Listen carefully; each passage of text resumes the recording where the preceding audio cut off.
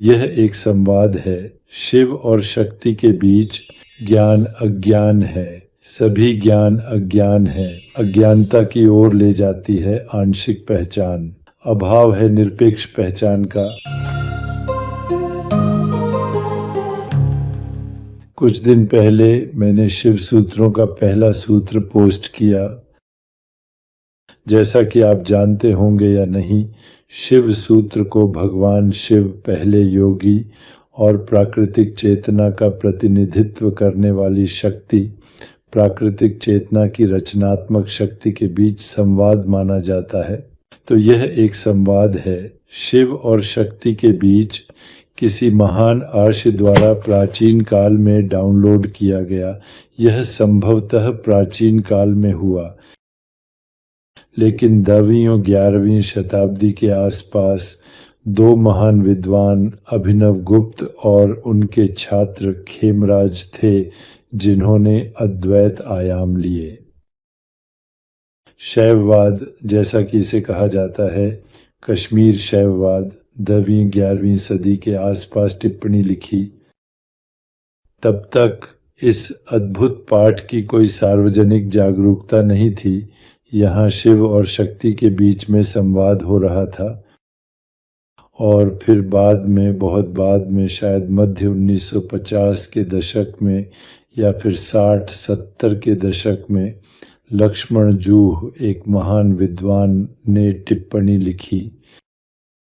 लेकिन वह कुछ समय पहले था। मैं सोचा कि मैं शिव सूत्रों पर टिप्पणी साझा करने की स्वतंत्रता लूँगा, याद रखते हुए टिप्पणियाँ पक्षपात को प्रतिबिंबित करती हैं।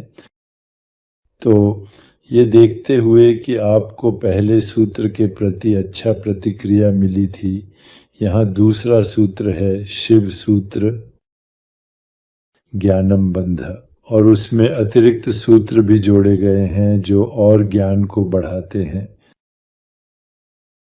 उनमें से प्रत्येक ज्ञानम एक बंध है, इसलिए ज्ञानम शब्द का अर्थ होता है ज्ञानम बंध अर्थ ज्ञान अज्ञान है, सभी ज्ञान अज्ञान है।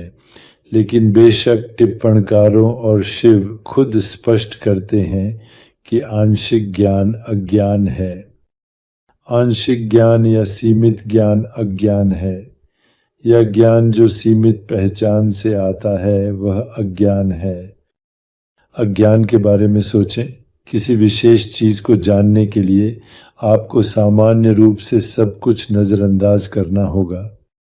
तो जितना अधिक आप कुछ विशेष चीजों को जानते हैं, उतना ही कम आप संपूर्ण चित्र को जानते हैं, या कम आप पूरा जानते हैं।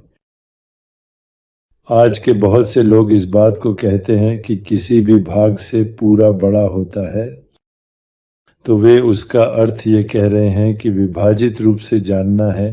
विभाजित का अर्थ होता है आंशिक पहचान पर आधारित आंशिक ज्ञान बंधन होता है। यह हमारी अज्ञानता को बढ़ाता है। लेकिन फिर तुरंत ही उसने भी कहा है, वास्तविकता की ज्ञान न होने के कारण अविभाज्य चेतना, अनंत चेतना का तुम हो, तुम ही हो। तो फिर अज्ञान क्या है? अज्ञान उसकी आंशिक पहचान के साथ होता है जब हम उसे पहचानते हैं। मैं व्यक्ति हूँ और यह पुस्तक सीमित है जिसकी सीमा निर्धारित होती है। मैं एक व्यक्ति हूँ और ये चश्मे हैं। वह चश्मा हमारे अज्ञान को बढ़ाता है जो सीमित ज्ञान को बढ़ाता है। लेकिन मैं उस जागरूकता हूँ जिसमें व्यक्ति, या वह जिसे हम व्यक्ति कहते हैं, और ये चश्मे और हर अन्य वस्तु, मैं वह जागरूकता हूँ जिसमें सभी ये दिखाई देते हैं और गुम हो जाते हैं, जैसे जुड़े हुए प्रत्याक्षिक और ज्ञानात्मक क्षमताएं। अब मुझे वो आज़ादी देता है जिससे मैं वास्तविकता बना सकता हूँ। अज्ञानता की ओर ले जाती है आंशिक पहचान। अभाव है निरपेक्ष पहचान का। अभाव है निरपेक्ष पहचान का जो अज्ञान में ले जाता है। और फिर वहाँ एक स्वतंत्रता है जो एक बड़े टी के साथ सत्य को जानने से आती है। जागरूकता में जो हमारी सच्ची पहचान है, सच्चा आत्मा है, जो अविनाशी और कारण रहित और गैर स्थानिक है। यह अद्वितीय और अच्छी तरह से व्यक्त करता है और समय स्थान की सीमाओं के बाहर, बिना स्थान, रूपहीन, अविचार्य, अकाली होने वाला होना जो ज्ञान है, वह मुक्ति है। यह शिव सूत्रों का दूसरा सूत्र है। आप इन्हें आनंद लें, मैं पोस्ट करूंगा।